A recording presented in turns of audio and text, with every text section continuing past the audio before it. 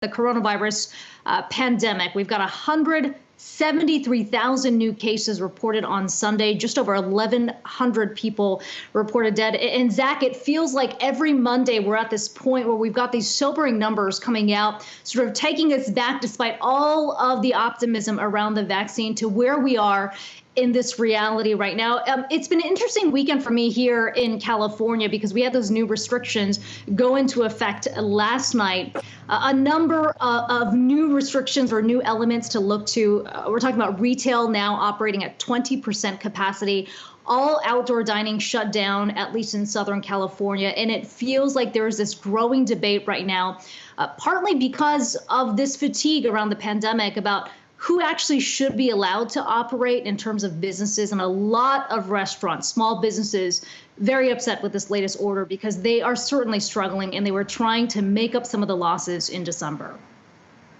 Yeah, and you think about the optics of all this too, right? I mean, it was one thing when we saw this kind of happen back earlier in the spring when there was that support and kind of momentum in Congress to get PPP through and the hope that that support was on the way. I mean, this time around, we've seen talks in Congress drag on for so long, and now just a week here to really expect some of those discussions to amount to compromise. And we'll see what happens here. But without that, it seems a little bit more drastic to be talking about these lockdowns yet again, especially now having experienced how bad it is for some of these restaurants and small businesses you're talking about, just in terms of the drop off in business activity that we saw when we did have those lockdowns go into effect. To be returning to them, I mean, it's obvious as to why a lot of these businesses might be hesitant to really follow through on some of those things. And you can talk to that better than I can now being out there in California, because we're hearing reports too, including my old hometown there in Orange County and some sheriffs saying that they won't necessarily be responding to some of those calls to enforce the governor's lockdown measures and really make sure that people are adhering to those things. Are you starting to see some of that tension out there right now?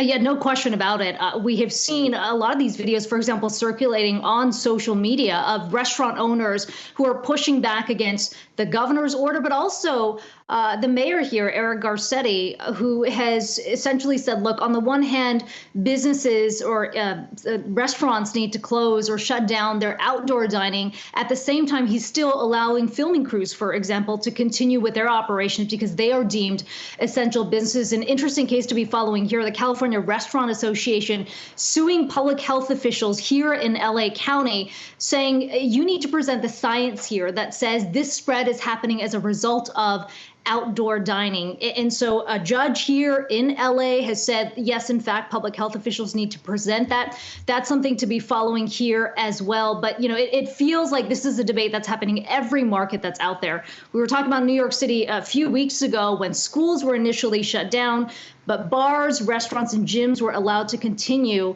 to operate. So, you know, this debate is certainly going to continue, but we are reaching really what is a critical point. And I think it's worth pointing out, Deborah Birx, who has been coordinating the White House coronavirus response, came out over the weekend saying this is the worst event that this country will face, not just from a public health side, but overall. And that seems like a pretty grim warning given where we already are right now.